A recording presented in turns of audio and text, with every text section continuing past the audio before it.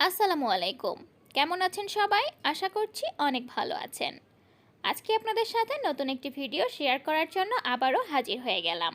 তৈরি করে দেখাবো আজকে আপনাদেরকে স্পেশাল একটি সেমাইয়ের রেসিপি। আজকে আমি তৈরি করব রেইনবো লাচ্ছা সেমাই। এই সেমাইয়ের মধ্যে কিন্তু আমি নিজে এক্সট্রা কোনো কালার ব্যবহার করিনি। এই সেমাইটা কিন্তু এরকমই কালার করা অবস্থাতেই কিনতে পাওয়া যায়। আর এই সেমাইয়ের মধ্যে দুইটা কালার আছে, একটা কালার হচ্ছে হলুদ এবং আরেকটা কালার হচ্ছে কমলা। তো এখন চলে যাচ্ছি এই রেইনবো লাচ্ছা সেমাই কীভাবে রান্না করতে হয় তার মূল প্রস্তুত প্রণালীতে। সেমাইটা রান্না করার আগের মুহূর্তে সেমাইটা দেখতে কেমন হয় সেটাই আমি এখন আপনাদের সাথে শেয়ার করছি। এই সেমাইগুলো কিন্তু এইভাবেই কিনতে পাওয়া যায়। অবশ্য আমরা কিন্তু এই সেমাইটা কেজি হিসেবে কিনে থাকি, কিন্তু কোথাও এই সেমাইটা প্যাকেট হিসেবে কিনতে পাওয়া যায় কিনা সেটা আমার জানা নেই। আর এই সেমাইটা আমি সাধারণত এরকম দুই কালারেরই দেখেছি, এবং অন্য কোনো কালারের পাওয়া যায় কিনা সেটাও বলতে পারছি না, কিন্তু এইটা বলতে পারছি যে এই সেমাইটা খেতে কিন্তু ভীষণই মজাদার। আসলে লাচ্ছা সেমাই আমরা সাধারণত সাদা কালারেরই খেয়ে থাকি, আর এই অন্য কালারের লাচ্ছা সেমাই কিন্তু সচরাচর পাওয়া যায় না। আর এই লাচ্ছা সেমাইয়ের রান্নার পরে কিন্তু কালারটা একই থাকবে, কালার কিন্তু চেঞ্জ হবে না। কিন্তু এই সেমাইটা রান্না করার সময় যদি দুধ কম ব্যবহার করা হয় তাহলে কিন্তু কালারটা চেঞ্জ হয়ে যাবে।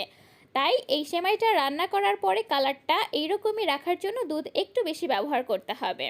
আমি এখানে খুবই অল্প পরিমাণে সেমাই রান্না করব, আর এই সেমাইটা রান্না করার জন্য আমি এখানে হাফ লিটার দুধ নিয়েছি, এবং দুধগুলোকে খুব সুন্দর করে ঘন করে জাল করে নিতে হবে। দুধগুলোকে আমি একটু পরপর নাড়াচাড়া করে দিচ্ছি যাতে দুধের উপরে সর পড়ে যায়, আর একটু পরপর নাড়াচাড়া করে দিলে সেই সরটা দুধের মধ্যেই থেকে যাবে। আর এই অবস্থাতে এইভাবে যদি দুধটা জাল করা হয় তাহলে কিন্তু সেমাইটা খেতে বেশি মজা হবে। আমি এখানে স্বাদ অনুযায়ী চিনি দিয়ে দিয়েছি। চিনিটা পুরোপুরি গলে যাওয়া পর্যন্ত অপেক্ষা করব, এবং স্বাদ অনুযায়ী দিয়ে দিলাম সামান্য একটু লবণ। আর মিষ্টি জিনিসে লবণটা দিলে কিন্তু মিষ্টি জিনিসের টেস্ট বহুগুণে বেড়ে যায়। এখন একটু ফ্লেভারের জন্য দিয়ে দিলাম দারচিনি এবং এলাচ ও তেজপাতা। দুধগুলোকে আরও অল্প কিছুক্ষণ ভালোভাবে একটু জাল করে নিতে হবে। দুধগুলোকে পুরোপুরি জাল করে নেওয়া হয়ে গেলে আমি দিয়ে দেব লাচ্ছা সেমাইগুলো।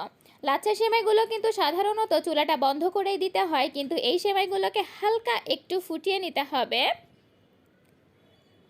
আমি এখন সেমাইগুলোকে দিয়ে দিলাম, এবং সেমাইগুলোকে দিয়ে দেওয়ার পরে সর্বোচ্চ 30 সেকেন্ড মতো আমি এই চুলাটা জ্বালানো অবস্থাতেই সেমাইগুলো জাল করে নেব।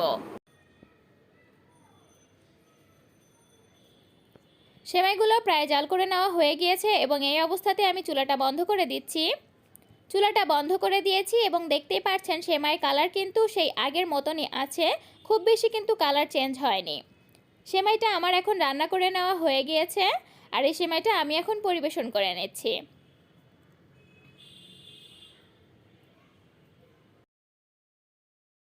এই স্পেশাল সেমাইটা কিন্তু চাইলেই আপনারা ঈদের সময় রান্না করতে পারেন, আর যদি হাতের কাছে অন্য কোনো সময়ও আপনারা এই সেমাইটা দোকানে পেয়ে থাকেন তাহলে সে সময়ও রান্না করতে পারেন। তবে আমি যেখান থেকে এই সেমাইটা কিনেছি সেই সেমাইটা কিন্তু শুধুমাত্র ঈদের সময় পাওয়া যায়। এই তো পরিবেশন করে নিয়েছি।